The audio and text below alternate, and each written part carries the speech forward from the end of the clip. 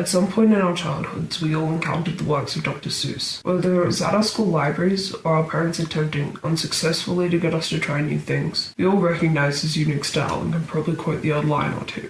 But despite the endless adaptations of his stories, some still wonder how the mind-bending architecture and magical stories that shaped so many childhoods would translate to the silver screen. How a film by Dr. Seuss would look. What you might not know is that this film actually exists, and it will leave you to ponder the very important question: what the actual fuck? Blood dungeon, assorted simple tortures,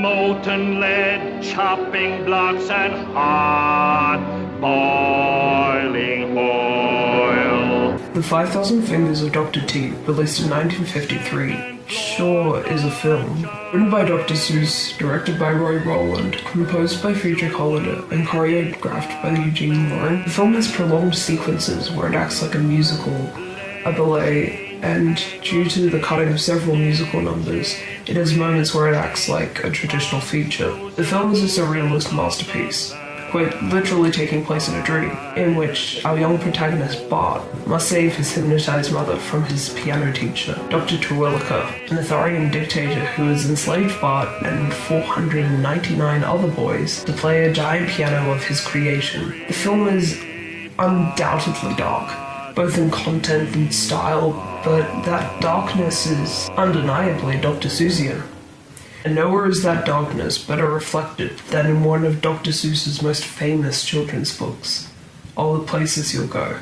The common perception of All the Places You'll Go is of a story about positivity, direction, and self-actualization. A perception impacted by the rose-tinted lens of childhood nostalgia, shitty merchandise, and inspirational Insta quotes.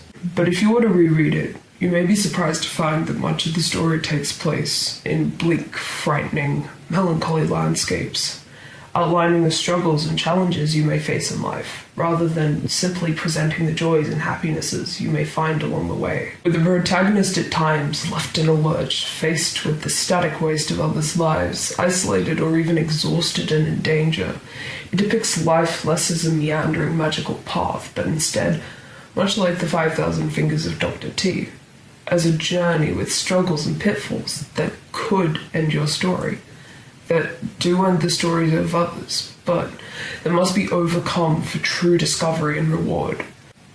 And in this regard, both works, despite the surreal landscapes, hold an element of realism absent in many other books and films. Stylistically and visually, the works are very similar, with the set design, props, and costumes in the 5,000 Fingers of Dr.T, all perfectly capturing Dr. Seuss's unique illustrative style. But the similarities don't end there. The use of long shots mirror the vast, winding landscapes in the places you'll go, a technique that serves to create a sense of isolation, dwarfing the individuals in space, making masses of hundreds look small, unimportant, vast and inescapable, more props than people, allowing the setting and architecture to set the mood rather than the individuals.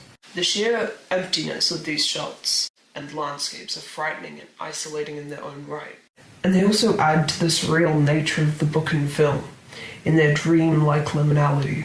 The visual codes of colour also align in the two works, with black, dark blues, red, and deep purples being used to represent darkness and danger, beige being used to depict bleak isolation, faded pastels being used in scenes of comfort and safety, and warm, bright, intense tones to symbolize excitement and discovery.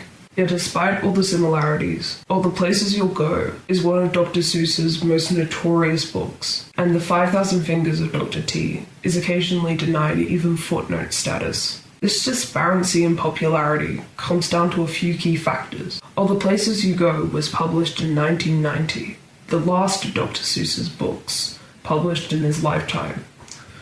By this point, he was well established as a children's author, and by all lights, it's an incredibly well-written and illustrated story. The 5,000 Fingers of Dr. T, on the other hand, well, it was a flop. During the first screenings, cinema goers walked out after 15 minutes. Reviews called it strange and confused, and Dr. Seuss himself described it as a debaculous fiasco. It's not difficult to see where these attitudes came from. The film, despite its genius, is fairly chaotic with its mismatched formats of ballet and musical and feature elements. The main objection to the film was its political content, with Dr. Seuss's former job as a political cartoonist seemingly seeping into the script, with Dr. Terwilliger as a fascist dictator at a time where, not even a decade out of World War II, nobody really wanted to think about fascists. And the early tensions of the Cold War also found their place in the story.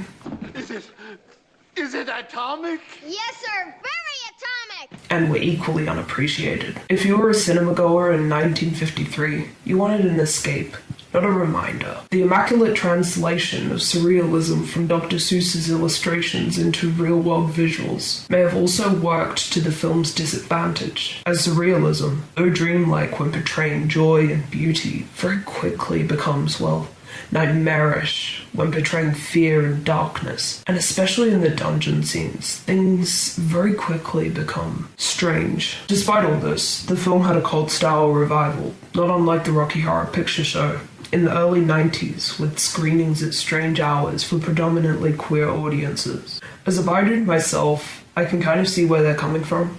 With Dr. Terwilliger's imprisonment of musicians who play instruments other than the piano, it's clear how during the resurgence of homophobia during the late 80s and early 90s, this could have been seen as an unintentional allegory for discrimination against the LGBT community. I've also been informed by several friends of mine who understand theatre and gay culture better than me that the film has a camp aesthetic in line with many other pieces of media claimed by the community. What I think is missing between the damning reviews of the 50s and the cult film revivalists of the early 90s is the intended audience for this film. The 5,000 Fingers of Dr. T is a children's film. Dr. Seuss intended it to be a children's film.